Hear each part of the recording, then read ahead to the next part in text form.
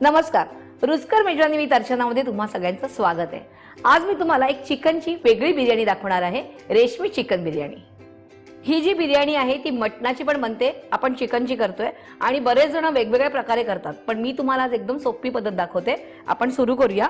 आपण इथे पाऊण किलो चिकन घेतलेलं आहे, मी विथ बोन घेतलंय, तुम्ही बोनलेस घेतलं तरी चालणार आहे। आपण इकडे घेतलंय 2 टेबलस्पून आलं लसूण हिरवी मिरचीची पेस्ट,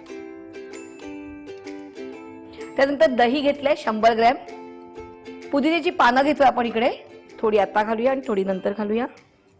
त्यानंतर नारळाचं घट्ट दूध घेतलेलं आहे 1 वाटी, 1 वाटी फ्रेश क्रीम, थोडीशी कोथिंबीर आणि मीठ चवीप्रमाणे।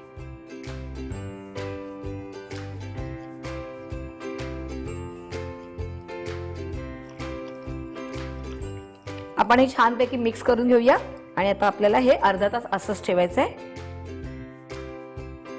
अर्धा तास झालेला आहे, छान मॅरिनेट झालेलं आहे। आता आपण हे शिजवून घेऊया। गॅस सुरू करूया। आपण घेतोय 4 टेबलस्पून तेल,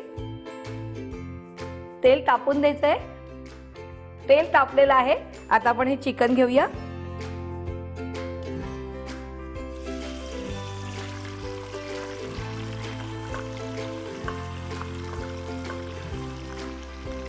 आता आपण हे मिक्स करूया। आपण इकडे तळलेला कांदा घेतलाय, साधारण 5 कांदे मी तळून घेतलेले आहेत, तर ह्यातला एक थोडंसं मी ह्याच्यात घालणार आहे, साधारण एक अर्धा कप। उरलेला आपल्याला भाताला लागणार आहे। आता आपण हे मिक्स करूया, ह्याच्यावर झाकण देऊया आणि हे शिजून देऊया।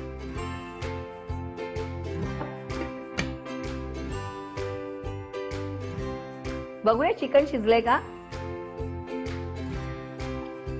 चिकन शिजलेलं आहे आणि थोडीशी आपल्याला ग्रेव्ही ठेवायची आहे। चिकन शिजलंय, आता आपण या शिजलेला भात घालणार आहोत।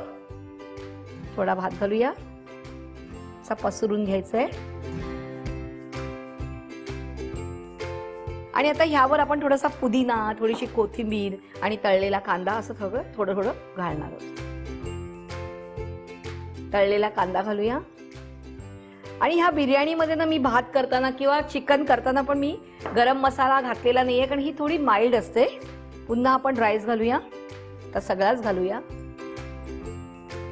थोडासा पसरून घेऊया आणि लिंबाचा रस घेतले तो घालूया। परत थोडेसे पुदिन्याची पानं, त्यानंतर कोथिंबीर आणि तळलेला कांदा।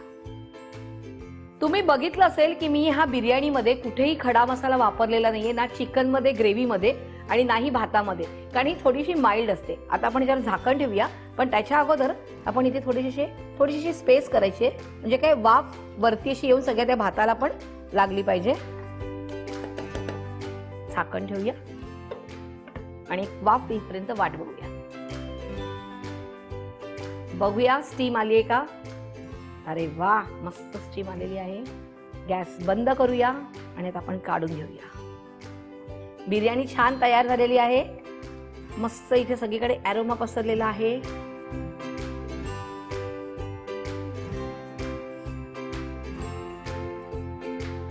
ही बिर्याणी नक्की करून बघायची आहे आणि अशाच वेगवेगळ्या राईसच्या रेसिपीज मी तुम्हाला दाखवणार आहेत, त्यासाठी सबस्क्राईब करायचंय रुचकर मेजवानीला।